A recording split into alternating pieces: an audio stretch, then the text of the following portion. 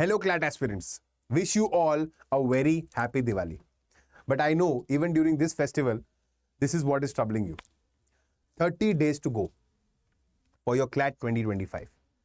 And I have personally come across students who have blatantly told me that they have stopped the preparation of quantitative techniques. They are not going to take it up in the examination and they are only going to focus on the remaining subjects. But that is a grave error you are going to commit. अगर आपने इस तरीके से अपना कदम आगे बढ़ाया तो there is a very huge chance that you do not clear the CLAT 2025 paper. Why? Because you cannot be very sure of scoring almost 100% in the other subjects. तो क्वांट टेक्निक्स भी ज़रूरी है, इंपॉर्टेंट है, और अगर आपने उसको last में भी अटेंशन देके इतना समझ लिया that you can attempt the questions more quickly, you can score extra bonus points which will help boost up your rank. So today's session is going to talk all about how you can better or improve your quant and critical reasoning in the last 30 days before your examination starts. Okay, so let's start with this wonderful video. Stay tuned to the end. I have prepared a 10-point plan for you which will help you cover the complete understanding for quantitative techniques and critical reasoning. Now, before even I start with this, I want to be very clear about one thing. Now that you have very less time, delving into conceptual understanding is not going to help you. If you start studying for concepts now, it is going to create a lot of problems. And if you have been attending my sessions regularly, by now I am sure you must have understood one thing, that for critical reasoning, all you need to know is the understanding, a fair understanding of the terms which are used in the question. Terms like conclusions, inferences, assumptions, arguments, premises, okay.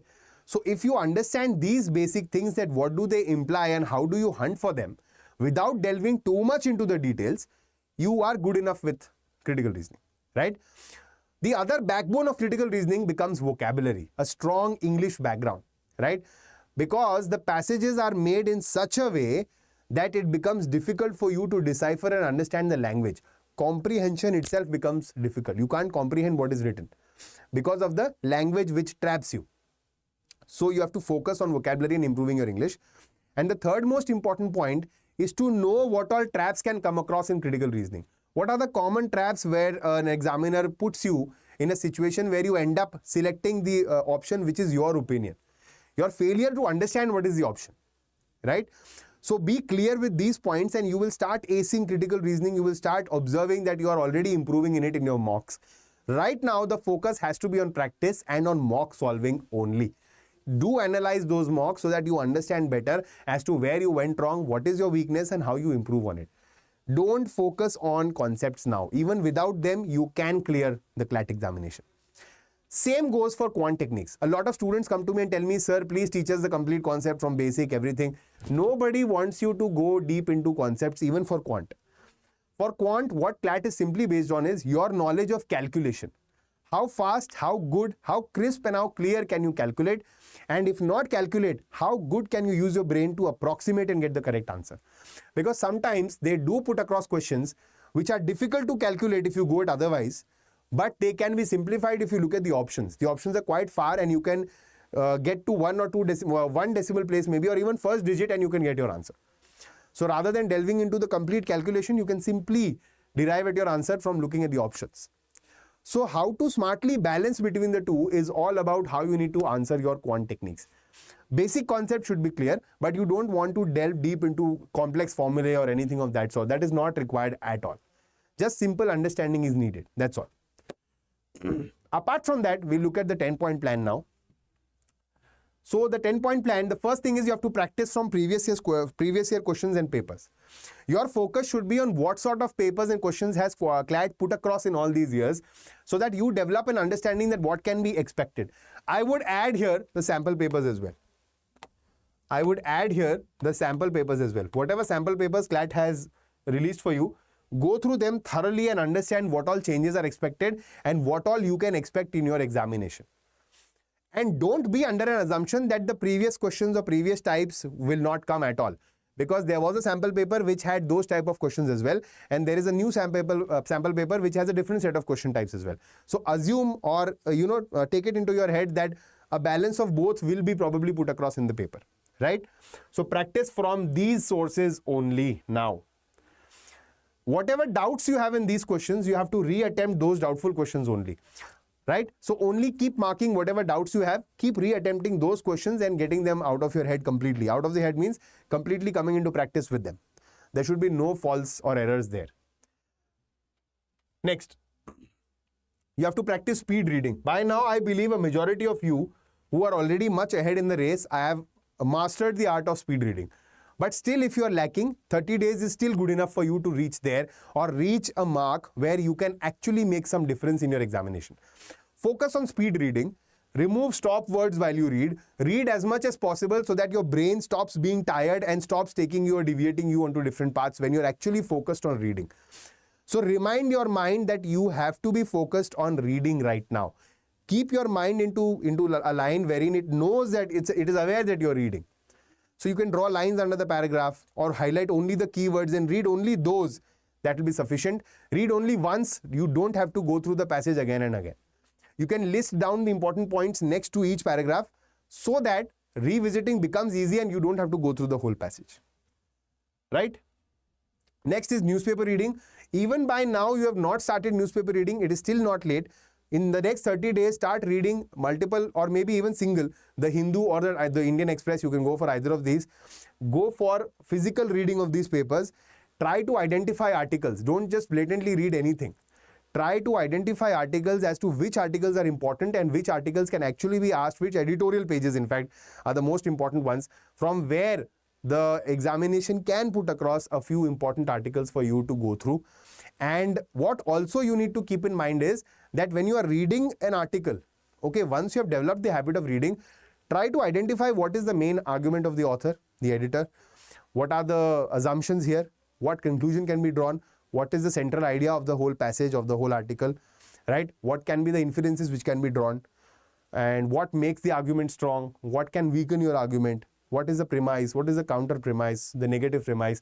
If you can understand all these things for reading one passage, practice 2 to 3 at least minimum every day, this part will start being your foundation for a better performance.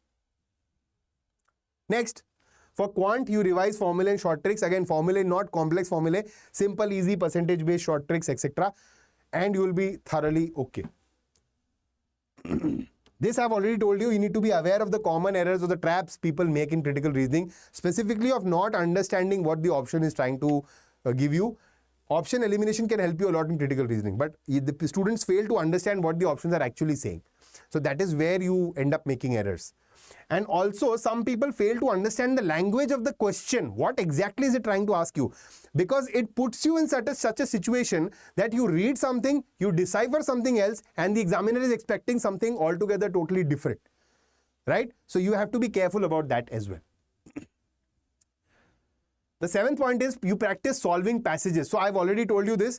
Whenever you come across a passage in editorial, you do this automatically. Don't wait for the questions. You derive assumptions, you establish arguments, deduce conclusion, and draw inferences.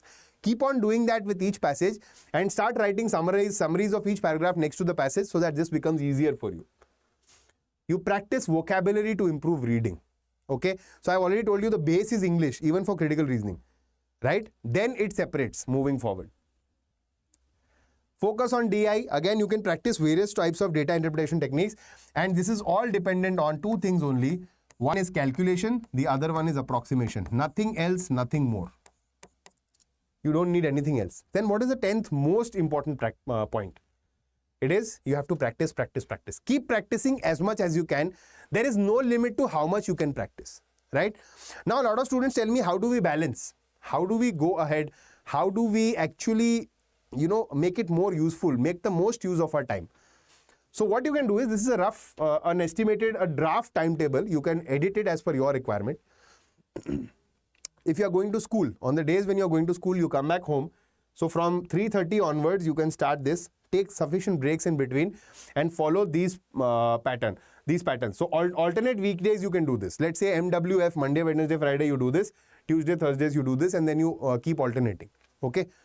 So half an hour calculation practice, vocab and reading is definitely compulsory in the beginning. Then on one day you focus on English, on the next day you focus on quant. You take a half an hour break. Then for 2 hours, you study legal reasoning, logical reasoning, or critical reasoning. Then you take a 1 hour break, you have your dinner here. And then at night, you can go for current affairs and GK and whatever other things you need require. You can also add reading here before you go to bed. Normal, simple reading. Reading which, which you like. Reading which interests you. And on the days when you have off, also, if you're already done with all this, you can replace everything with mocks. So at least give one mock when you're back from school. So give a basic revision to everything and then write a mock and analyze. That is the more focus point now. On weekends, specifically start early in the morning. So you start with a break itself. So you get ready, you have your breakfast, spend some time with nature, relax, calm down, and start with a newspaper reading process. Then go for calculation practice and vocabulary. Then you attempt your first mock test for 2 hours. Then you take a break, attempt the second mock test, then take a break again. Then analyze both mock tests in detail. Where you went wrong, how you could have improved, what did you think during writing the test, and what the actual author had expected, what the examiner had expected from you. So you have to draw comparisons between the two and try to reach as close to the author as possible. Okay? Then you attempt the third mock, take a break, and again analyze mock 3 and focus on the weak subjects. Focus on whatever weak areas you found out here. You take a break, you then read, and then you go to sleep. So now this is just a rough idea. You have to customize it as per your needs and requirements. And just remember, each day, each minute, each second counts. So I understand that there is a beautiful festival going on and you guys want to celebrate, and you should celebrate. It is your right to celebrate. But remember, if you give up on the time which you have today in celebrating, tomorrow will become difficult for you. But if you sacrifice that time a little bit, you manage a little bit, and you put in that extra effort which is required, you're going to celebrate for the rest of your life. I hope with this, everything is clear to you, what we expect of you, what is expected out of you for this examination, and how much effort and hard work you need to put in. On that note, wishing you all a very happy Diwali. Adda 24/7 has brought across a wonderful offer for all of you. If you are looking to speed up your preparation, if you're looking for some sort of a crash course in CLAT for CLAT 2025, where everything can be clubbed in and covered in the next 30 days, you can go ahead and purchase the crash course which is available, or the Law MAHAPACK. And the additional benefit right now is, because of Diwali, there's a flat 50% sale is going on. But not only 50%, if you put in this code there, then this even increases further. Okay? And if you put in this code after downloading the application on the app itself, then this increases further by 1%, right? So there are triple discounts which will go on. So you can go ahead, subscribe or purchase the course which you want, and also go for 2x validity on Law MAHAPACKs and get your complete clarity on how you need to clear this upcoming CLAT 2025, how you need to ace it and reach your dream college. On that note, I'll end this video. Thank you so much, guys. Stay tuned with us.